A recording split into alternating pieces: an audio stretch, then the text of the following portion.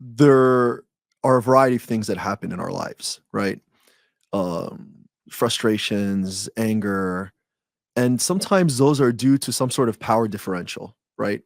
Think of a power differential between two individuals. A follower and a leader can be as part of an institution. It could be grander than that. It could be the government and the ra'iyya, the civilians, the citizens, right? There's a power differential there, right? It can be gender roles. There is a power differential between men and women in different ways. Allah subhanahu wa ta'ala says, وَلَا تَتَمَنَّوْا مَا فَضَّلَ اللَّهُ بِهِ بَعْضَكُمْ عَلَى بَعْض. Don't wish for what Allah has favored of the other. So sometimes the power differential belongs to the men in certain things that Allah subhanahu wa ta'ala has given them responsibility and has given agency in. Sometimes it's the other way around, right? Um, and when there are issues in that power differential, when there are abuses in it, when there is discomfort in accepting the reality of it, that can lead to all types of emotions.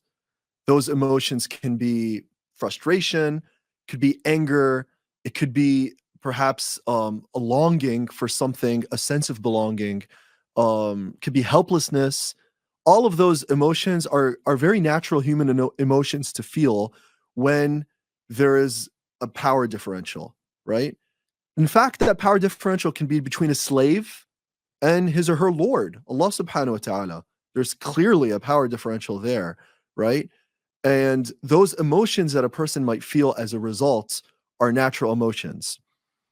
But how the emotions are processed and how they are responded to fall between the extremes of the pleasure of God and kufr on the opposite end.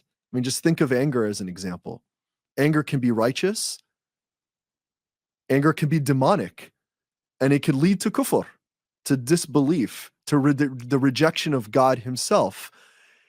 It's between these two extremes and everything in between, right? All the colors in between these two extremes exists. All the shades exist, right?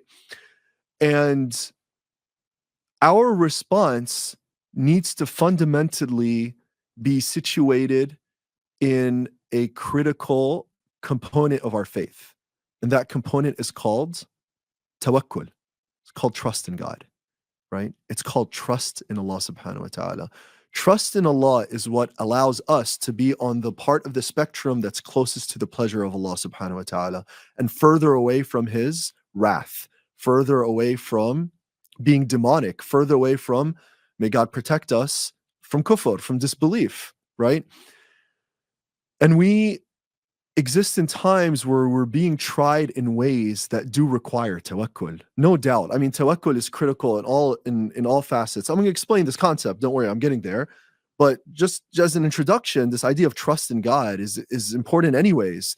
But when we're being tried, it becomes even more critical. It reminds me of a poem of I don't know. I think it's Badi' Zaman al-Hamadani or some Arab poet in which he says, سيعلم القوم حين ينجلي الغبار أفرس تحتك أم حمار.